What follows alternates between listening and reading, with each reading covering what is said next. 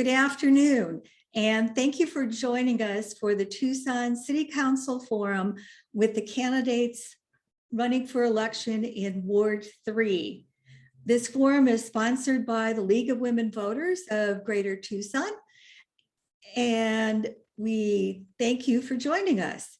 The League is a nonpartisan political organization that encourages the informed and active participation in government. It works to increase understanding of public policy and policy issues and influences public policy through education and advocacy. My name is Beverly Klain, a League member, and I will be moderating this afternoon's forum. On November 2nd, Tucson voters are going to elect one candidate each to represent wards 3 and 6. This afternoon, you'll hear from the candidates vying to represent Ward 3. First, we have Kevin Dahl, who is the Democratic candidate in Ward 3. Second, we have Alan Harwell Jr., Republican candidate, and we're having a little difficulty getting him in. So we'll bring him in as soon as we can work things out.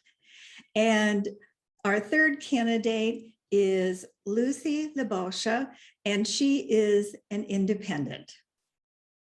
What I'd like to do is first briefly explain the format that we will be following today. Each candidate is going to have 2 minutes for their opening remarks.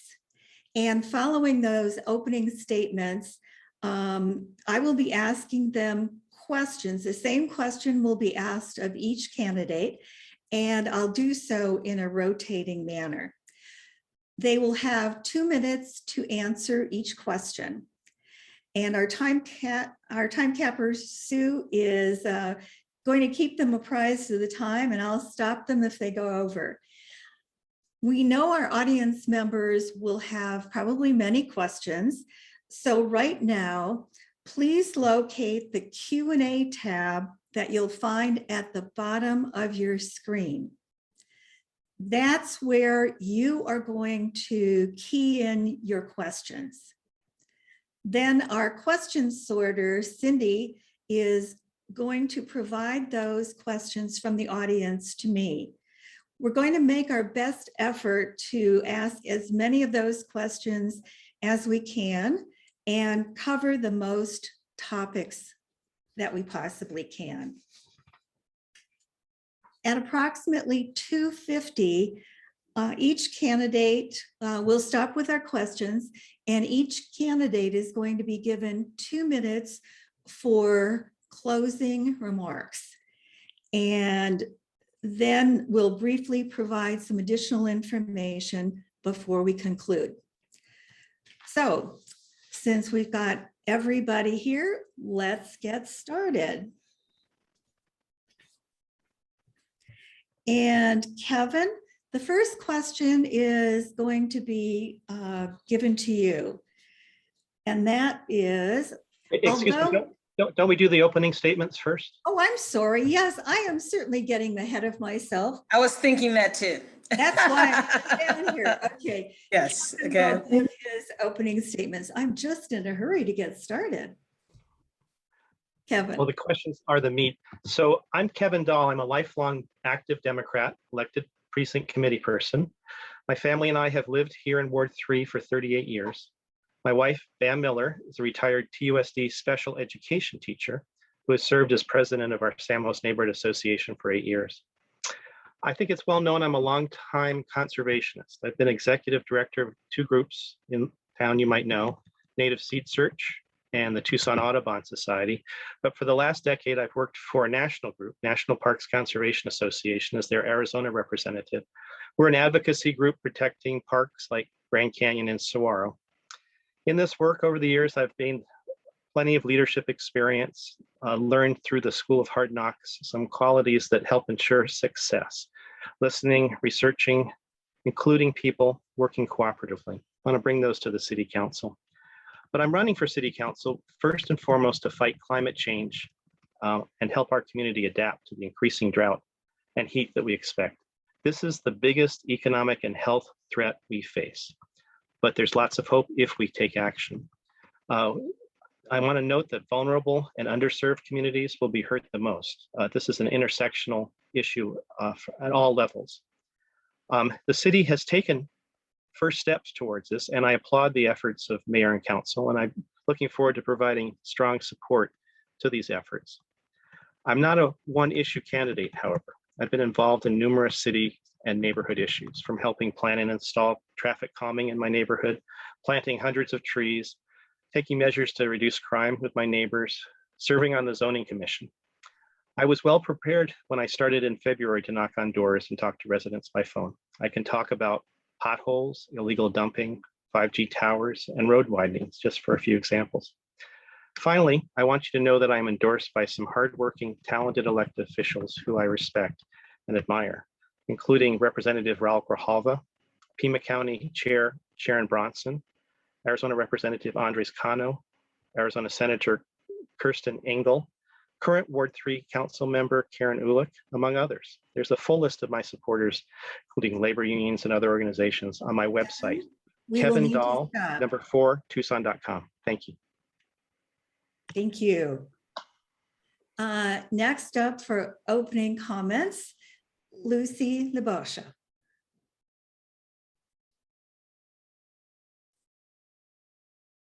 Lucy, unmute yourself, please. Thank you. Thank you, Beverly, and thank you to the League of Women Voters for giving me the opportunity to speak to y'all today. Hello, my name is Lucy Labosha. I am a math teacher. I am a former Army paratrooper, and I am a longtime advocate and friend of my community. And so after the military and earning a master's in art education, I moved to Arizona and have been here for 20 years. And I've taught in Nogales, in Sunnyside, and in TUSD. I am a former BICUS board member. I served on Tucson's Complete Streets Coordinating Committee and as a Move Tucson ambassador. And so I have volunteered for several different candidates and initiatives over the years. And so my advocacy for community runs deep. As a union member and Sunnyside Education Association leader, I served as SEA's grievance chair and sat on the bargaining committee as a Sunnyside teacher. And so fighting for pedagogy, teachers, and students is necessary in this state with limited funding. And so Shirley Chisholm comes to mind. And so service is the rent that you pay for a room on this earth. And so my run for city council is a natural progression of this work. And so the issues impacting people, neighborhoods, and businesses in Tucson are not addressed. And I'd like to change that. And so campaigning is a lot like jumping out of an airplane. It's that leap. It's the fight where passion, drive, and faith for the greater good guides me through unbounding limitations and obstacles. And so you know that when elected, I don't intend to just talk about the needs of our community. I intend to fight, and I intend to fight for each and every one of you. And so because I know all of our problems are unique and deserve special attention. And so I see the disparities that persist within the 6 wards of Tucson, but more importantly, I have the courage to speak up and break the cycle. Thank you. That limits our problems. And so thank you very much, Beverly. And it limits our problems and city getting overlooked. And so not just in Ward 3, but in every sector. Please. Thank you very much. Thank you. Unfortunately, Mr. Harwell has not yet been able to join us.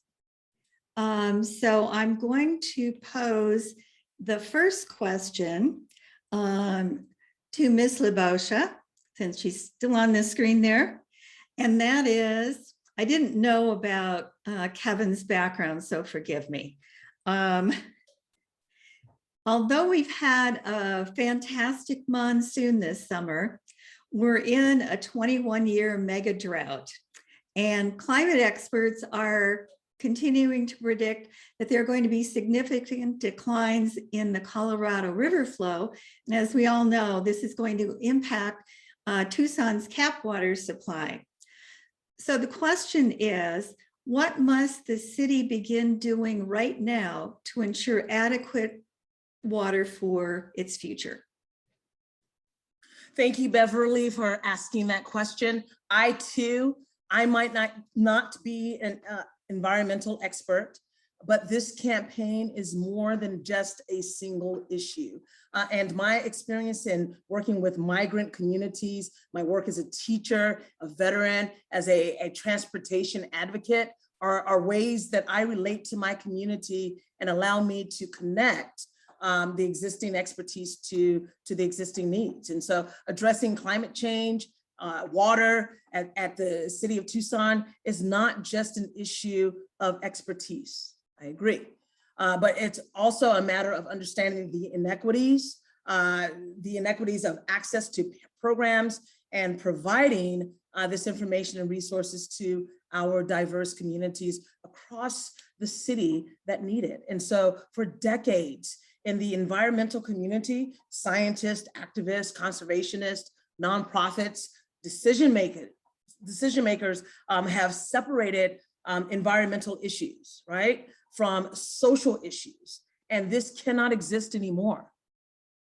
And my platform seeks to connect the dots between social justice and environmental justice to address climate change, water, and air quality for everyone. And so we can ultimately uplift communities that have been ignored for decades. And so the environmental movement as a whole is changing. And so nationally, you have national organizations like the National Audubon Society, Greenpeace, Centers for Biological Diversity. And you have, more importantly, their practices and partnerships to effectively address biases in the history that they tell through inclusive education programs and acknowledgement of the historic barriers that prevent people from advancing in climate change. Time is up. Time is up? Yes. Gosh darn it. 2 minutes goes quickly. It really does. Thank you, Beverly. You're welcome. And the same question we'll pose to Mr. Dahl, if you'll unmute. Yeah, water is a huge issue. Fortunately, Tucson runs the Tucson Water Department. So the city council has a lot to say about water policy, and I think that's important. Overall, we've had a great Tucson Water Department that has been forward-looking. We do have Central Arizona Water Project water, but they've been storing it underground, and I understand we have 5 years of stored water, so that gives us a little buffer. But whoever asked the question is right. The Colorado River has been over-allocated, and we're in a mega drought. And we're at the tail end of the canal. We're not the first people to lose water. That will be the agricultural interest, but at some point we will. So there's measures that need to be taken, but we also have to realize as water becomes scarce, the price is going to go up, and that will affect the most vulnerable people who have hard times paying their utility bills as it stands. So we need to make provisions like the city council did when they passed the differential water rate, to use some of that extra money to pay off water debt, people who have not been able to pay their water bill during the pandemic.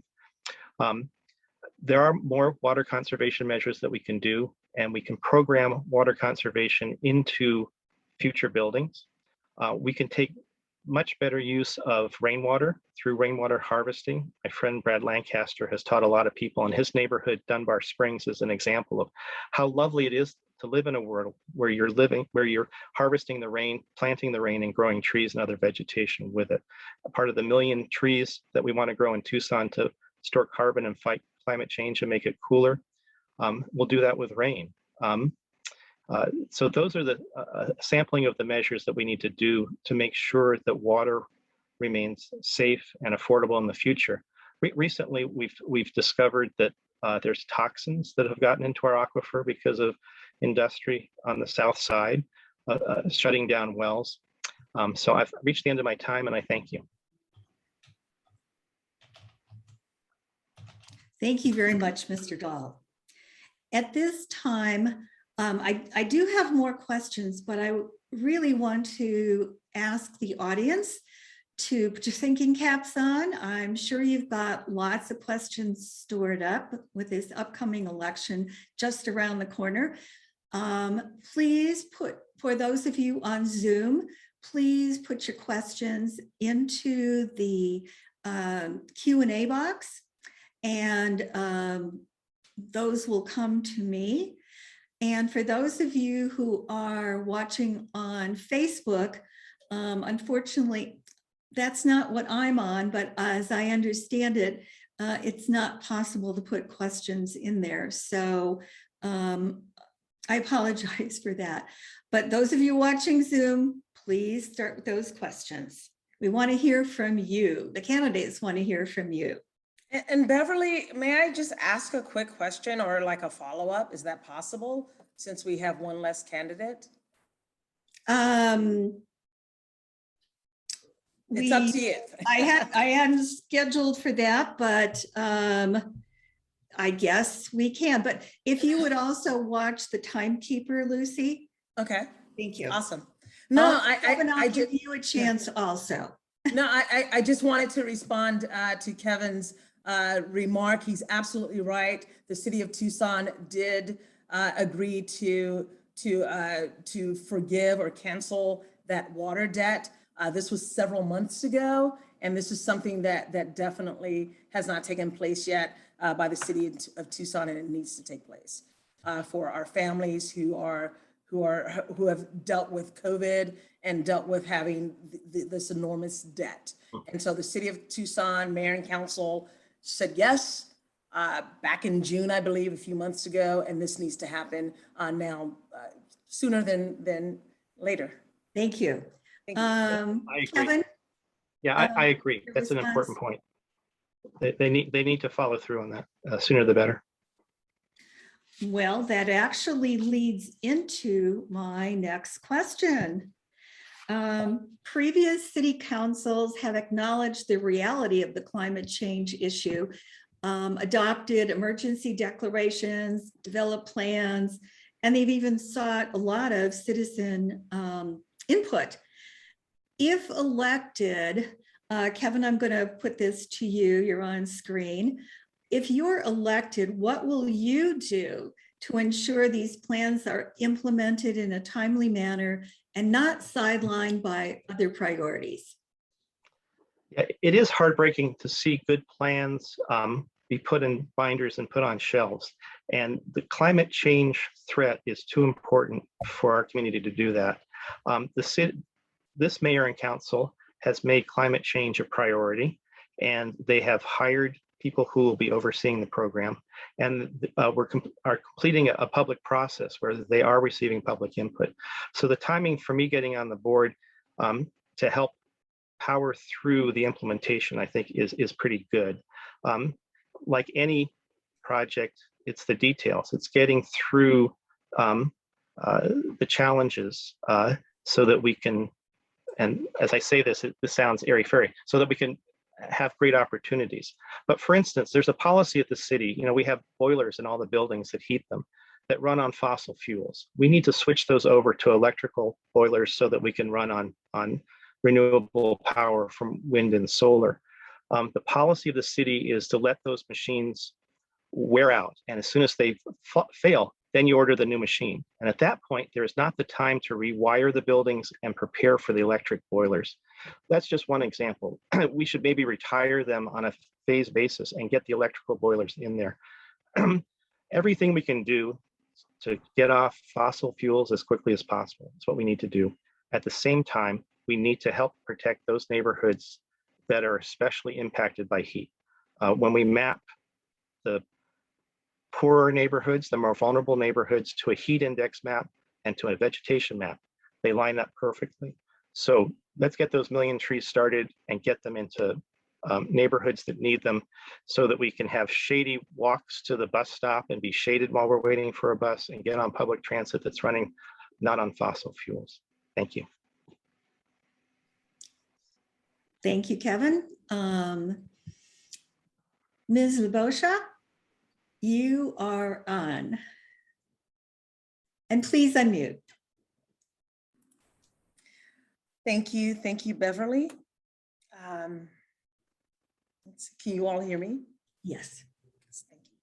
And so in Tucson, like all around the world, we will eventually be facing climate change manifested in a local water crisis. And so Lake Mead is, for example, at 37%. And once our cap water reserves are used, then we will have to start tapping into our groundwater. And again, I am not an expert. I get to be a community member in this, just like everyone else, right? And so I know that there have been years and years and decades upon decades of the exploration of this issue. And so the only problem is that currently some of the aquifers, excuse me, are polluted with, from what I understand, are PFS blooms. And so it's imperative that we do the work to clean up the contamination that's present in different areas around our city. And so the majority of these blooms exist in the water used, affect and impact Black, Brown, and Indigenous and low-income communities, low-income BIPOC, Black, Indigenous, Brown neighborhoods. And so one thing we must do is to make sure that we uphold industries and make them accountable. Who's responsible for this pollution must also pay to clean it up. And so this needs to happen immediately, you know? And so in the meantime, we can create sustainable green infrastructure in neighborhoods and around the city by promoting solar energy, rainwater harvesting, and native landscapes on a large scale. But and like in any environment issue, the work begins and ends by tackling through these issues, and the lens, I believe, of social justice. There's no other way. Thank you. Thank you very much. And let's see, where are we? Okay, there's a question from the audience that I'm going to ask. It has to do with the environment and energy. I'm going to pose the question to Mr. Dahl. And the question first, I'll pose it first. What will you do to make our energy future sustainable for the future of Tucson? We have to have sustainable energy in the future. We have to phase away from fossil fuels.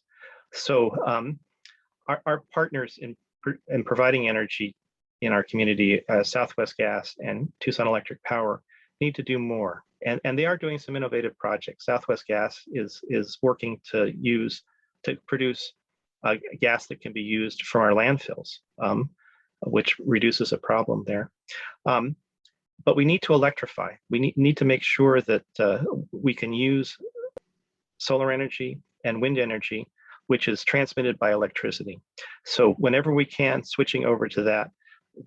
The city of Tucson can also look at, and if I'm elected, we'll look at purchasing energy outside of Tucson Electric Power. We don't have to purchase it from them. There's other methods of getting energy that might have a higher percentage or a full percentage of sustainable, renewable energy.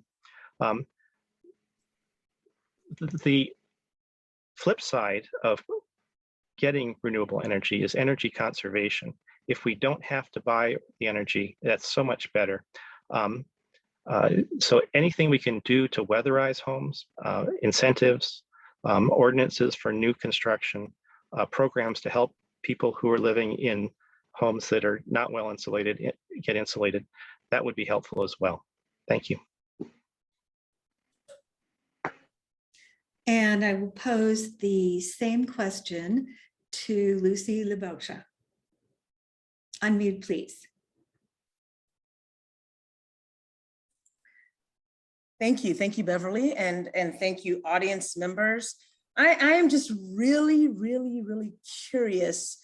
This is my second or third or fourth opportunity to engage the audience and the community and all of Tucson. And I have a question to you all, and I would totally love for you, and that's why I did place my email in the chat there. It's Lucy, the number 4, City Council @gmail.com. My concern is, I love the questions about climate change, and I love the questions about the environment, but there has got to be this opportunity for us as a society, as a community, to integrate the issues and the facts in our community. The issues and the facts in our community is that Ward 3 is among the poorest wards in Tucson. And Ward 3 is amongst the highest crime-ridden, communities in Tucson, right? And so about 35% of Tucsonans live below the poverty line.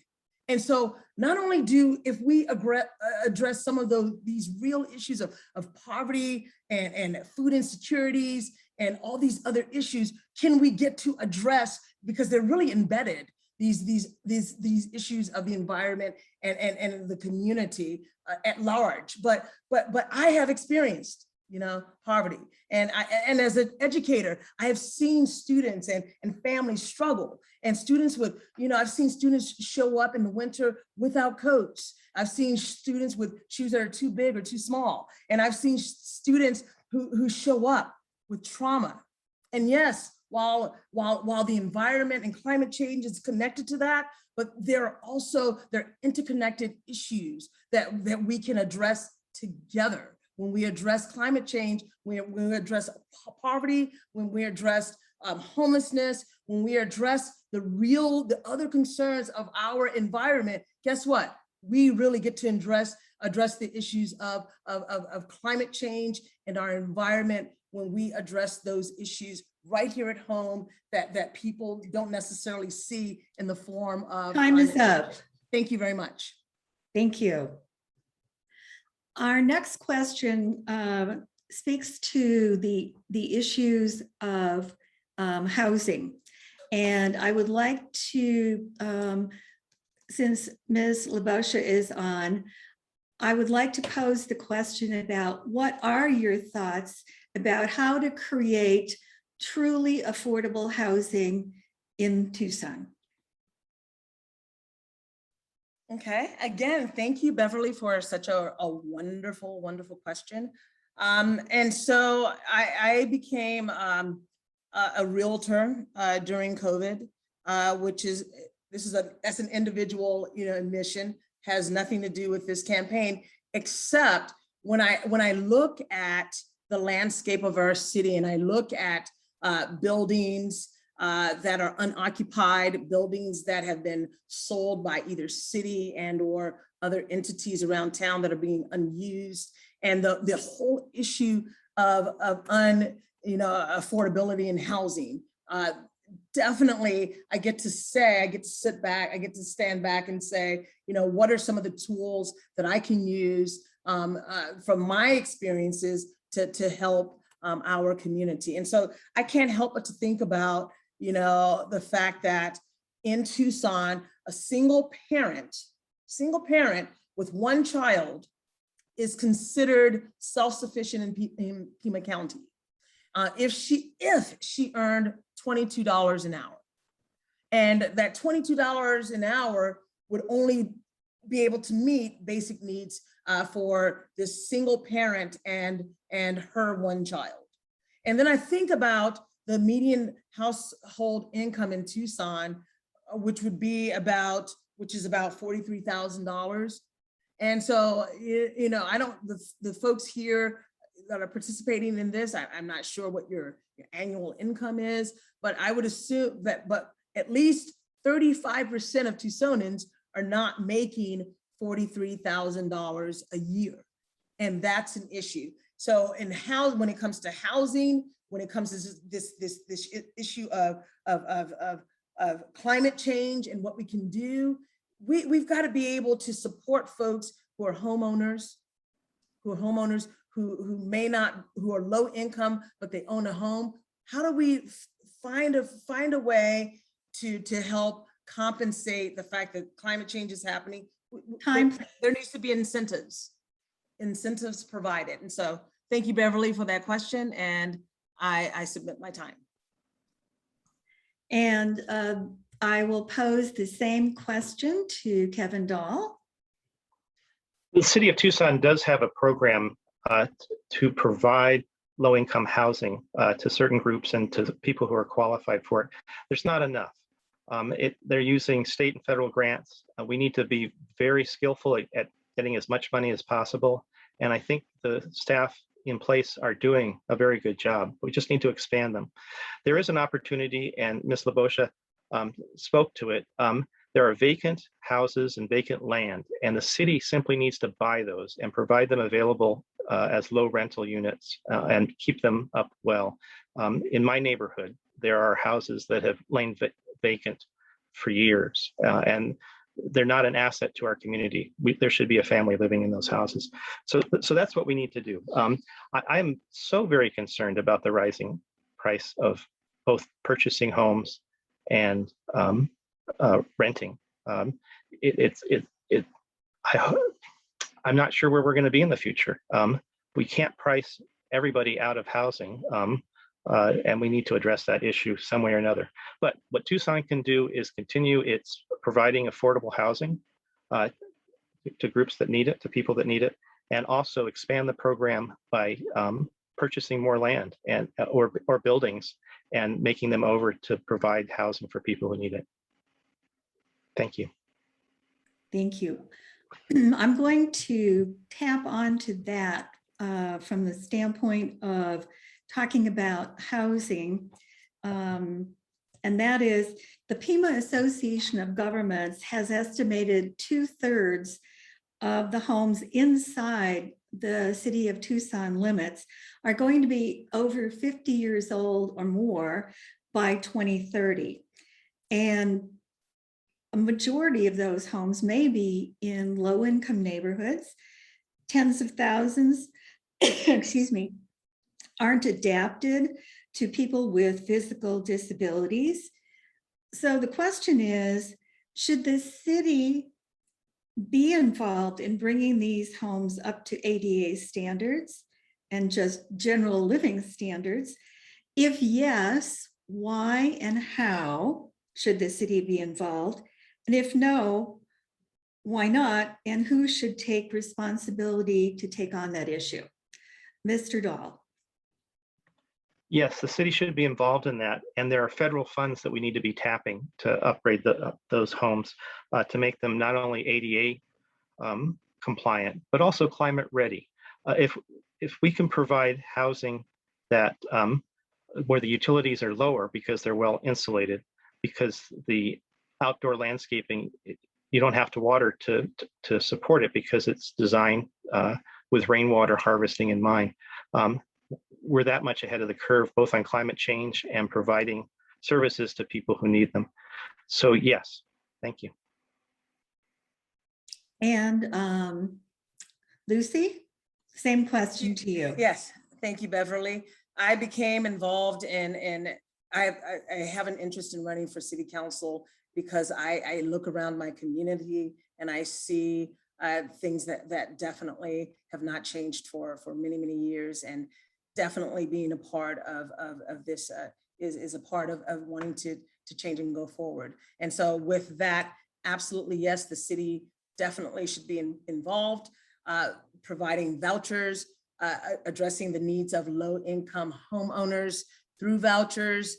As far as ADA, absolutely. I drive and bike and I walk across through my city and I see folks who are wheelchair bound, who are having to use the bike lane to traverse through to get to their destination because there isn't an infrastructure that is in place. And so absolutely, that's a city issue. Thank you. Thank you. Thank you both.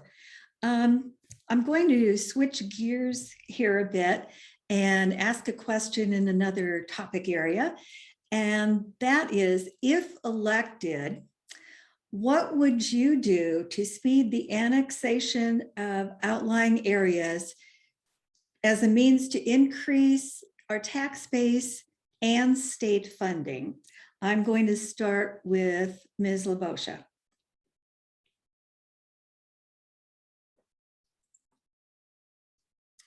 Thank you. That's a great question. And so as your council member, I intend to study this issue and each and every issue with a robust community outreach plan so that I can take into consideration the thoughts and the concerns surrounding this.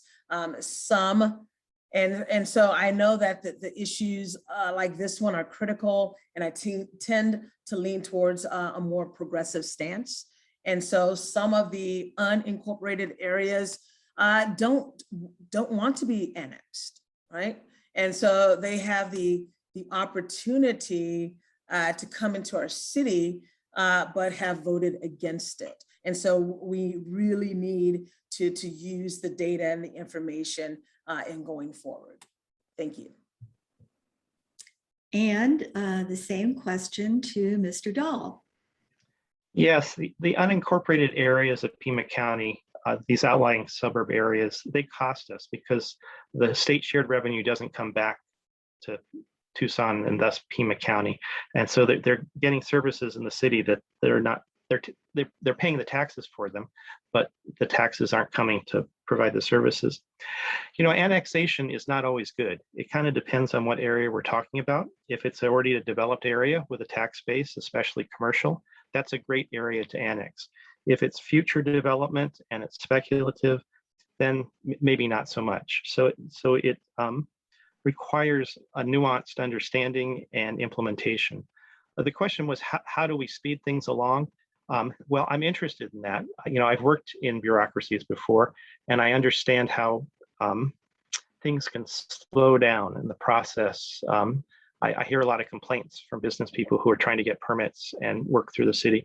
And so I would be interested in working with the city manager and department heads to see where we can streamline without, you know, degrading the oversight that permitting process and all those processes provide. Thank you. Thank you. I think we are all familiar driving around or even walking around this city. And there are people who do not have personal transportation. Those of us who have cars spend a lot of time in them, and those who do not have access to them may have difficulty finding public transportation that's nearby, convenient, affordable. What is needed to make public transportation more attractive and convenient as well as affordable so citizens will choose to use it? And Mr. Dahl, I will pose that question first to you.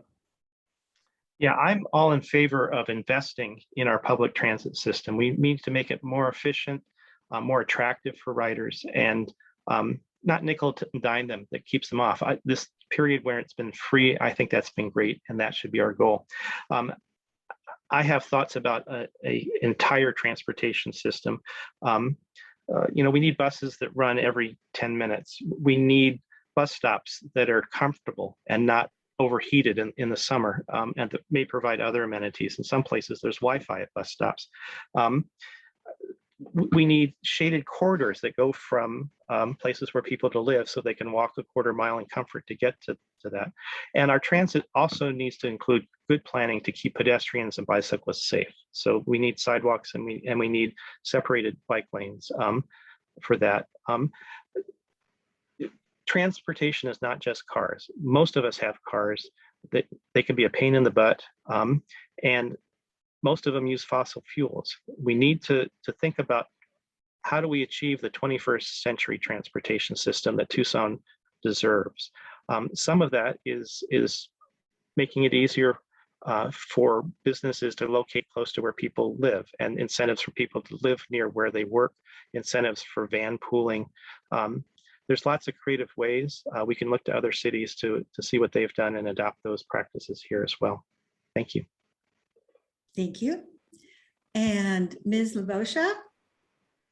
Okay, so, and thank you, Beverly. I was a member of Complete Streets Coordinating Committee.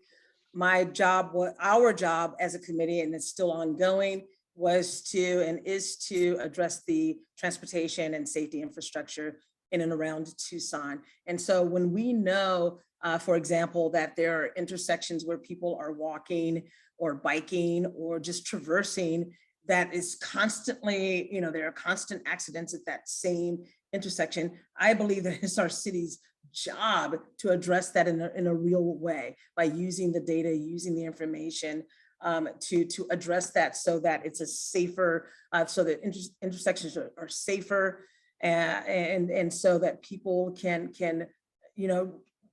less car centered. I think that cars most people don't have cars, by the way, I think.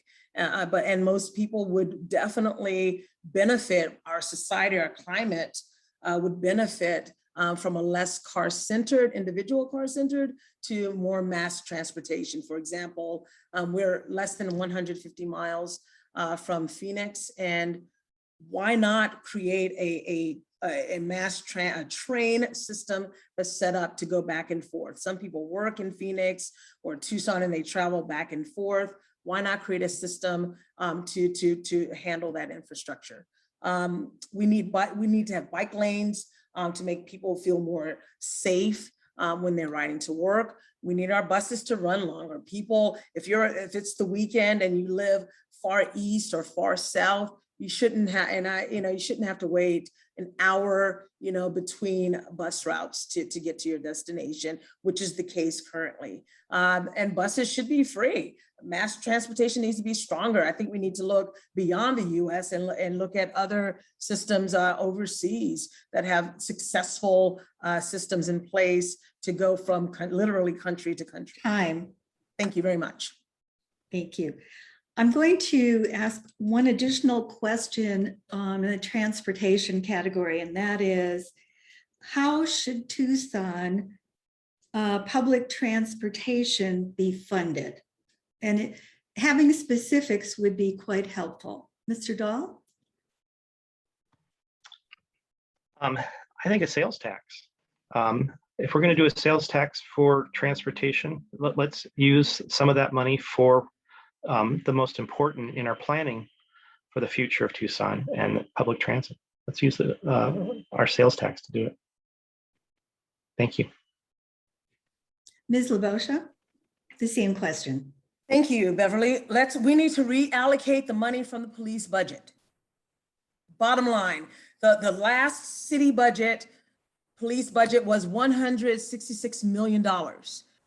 For social services, I believe, I'd like to think that it was about $2.5 million. $2.5 million for social. So you're talking about housing, you're talking about services for folks who are unhoused, for poverty, for food insecurity, all these, development. $2.5 million juxtaposed to $166 million. I mean, this is a no-brainer. We need to invest in our communities, because guess what? Crime and those issues of safety, they decrease when we address the issues and the needs of our community. And so by far, clearly, the money from the police budget, as well as RTA. The RTA, we have, there's this, I believe there's this 8 county counterpart that shares the same allocation of the funds. That really needs to, more of the ratio needs to come towards, for Tucson, because our streets and our highways and our infrastructure is used more than, say, Marana, and so I think allocating the RTA budget to really to address the ratio of our community is key in addressing transportation and that infrastructure you're asking about. Thank you. Thank you. Lucy has brought up the topic of the police department in relation to funding. I would like to pose just an overall question to each candidate, and that is, what do you see as changes that need to be made in the Tucson Police Department to address needs that you have seen? Lucy? Again, great question, Beverly. We have to rethink the idea of public safety. So it works to increase public health. Does it work to increase public health? And so not too long ago, TPD told the public that because of staffing issues, they will no longer be responding to low-level calls like domestic disputes, mental health crises, and issues of homelessness and other issues, right? And I think that this is an opportunity for the city to work more collaboratively with agencies that specialize in this area. And so one of the things that my team and I, we were out actually in the community, La Madera neighborhood, canvassing like 3 or 4 months ago. We came across this homeless family. La Madera, you know, we could easily say that La Madera is a white neighborhood. The family that was living in their van for the couple of days once we had encountered them were Black.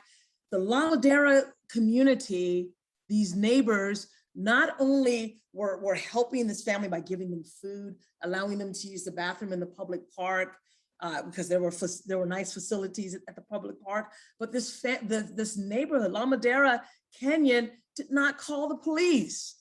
They decided to work with this issue within their own community. And so when we are thinking about these types of issues that would typically involve the police, it's just not necessary when we can invest in our community to come together and problem solve. Come together, by the way, with city, mayor, and council, right? But also with neighbors, neighborhood associations, being able to come together for our shared interest. And that's definitely a shared interest in working with the issues of policing in Tucson. Thank you. Time. And Mr. Dahl?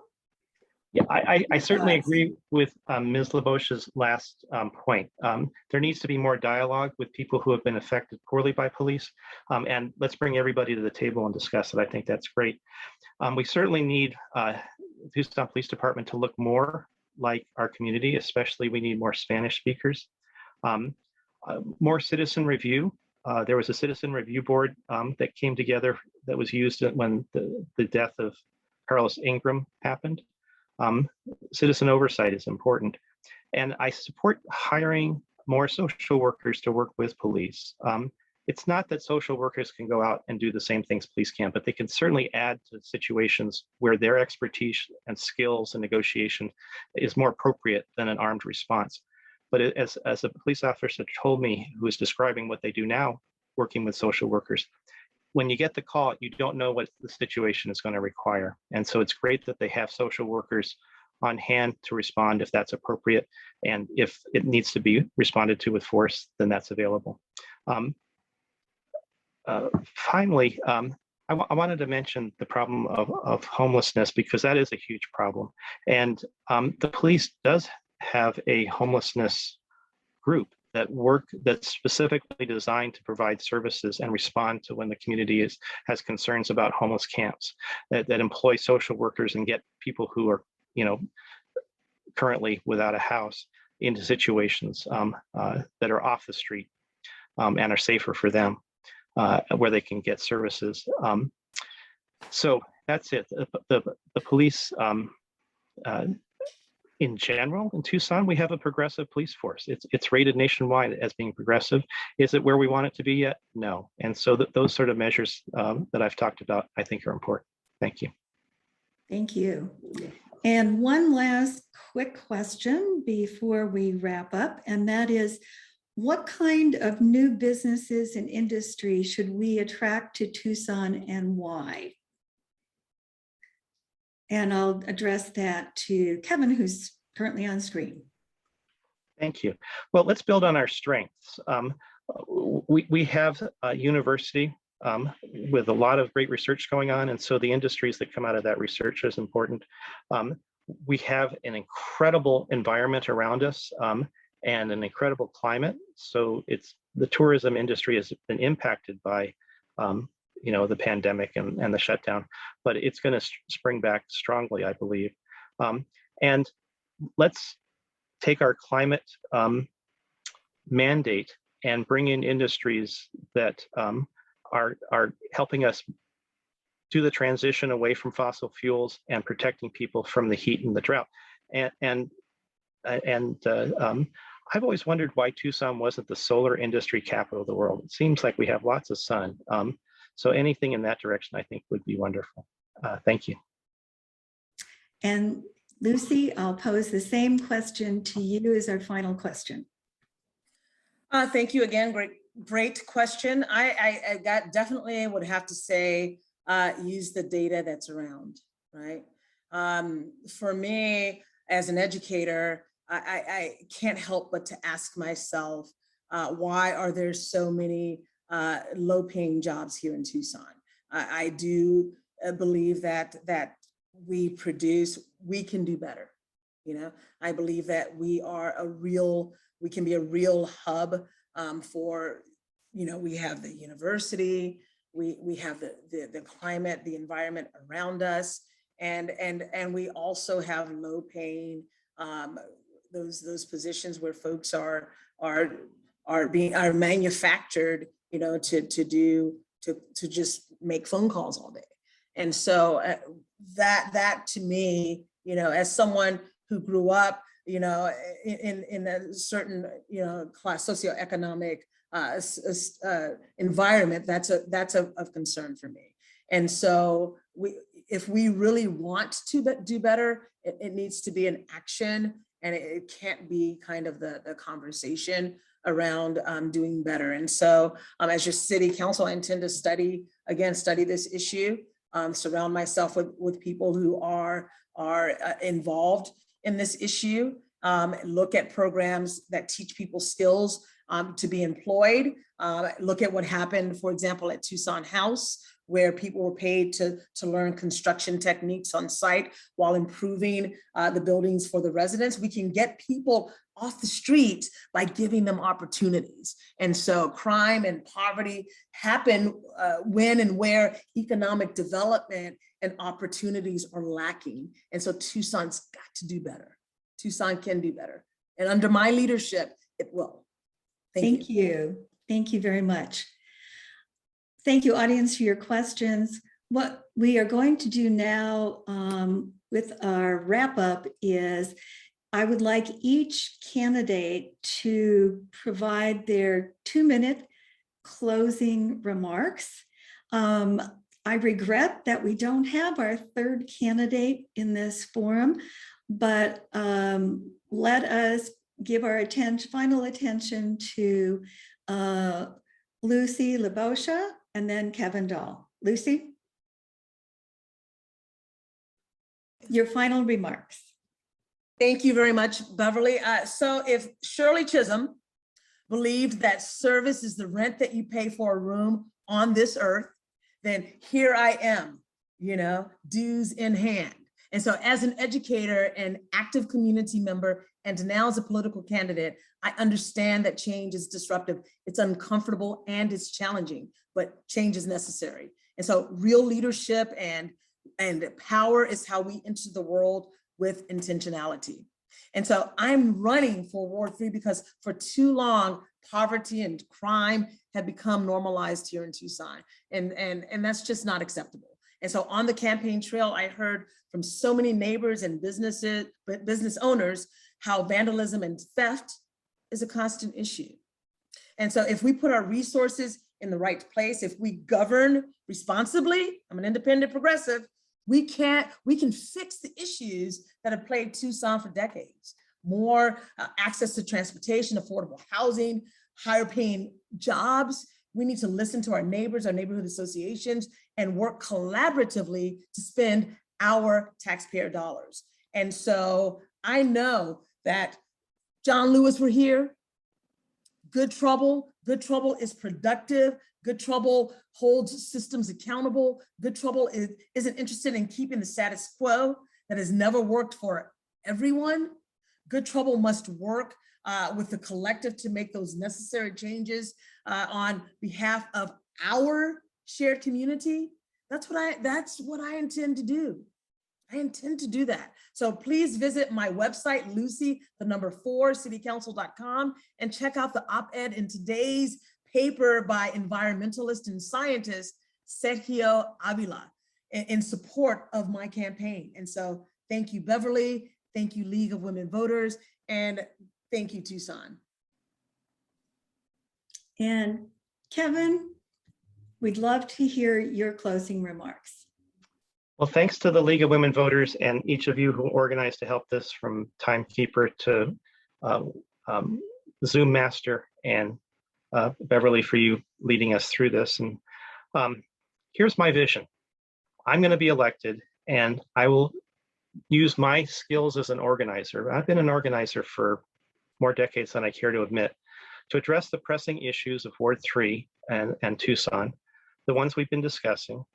And to do this, we need to bolster citizen involvement. We need to help existing neighborhood associations, support new ones, support new community leaders. There's parts of Ward 3 where there are no neighborhood associations, and we need to address that.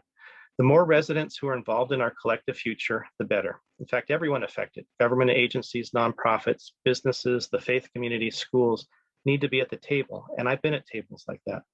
Our path forward must include climate-friendly, sustainable jobs, support for locally owned businesses, organized labor, keeping rents affordable, and providing more resources for home ownership. We need to invest in Tucson, invest in infrastructure, public transportation, affordable housing. I promise to help tackle these issues with hard work, accessibility, and transparency. Thank you very much. On behalf of the League of Women Voters of Greater Tucson, thank you, Kevin Dahl and Lucy Labosha, candidates for City Council in Ward 3. Also to the audience for your participation and questions. I encourage everyone to visit the League's website, and that is lwvtucson.org, where you're going to find in a few days the edited video of today's forum, and you'll also find details about next week's forum with the two candidates that are vying for City Council position for Ward 6. The edited version of that forum will also be on the website in a few days after the forum takes place. Thank you, everyone, and do enjoy the rest of your day.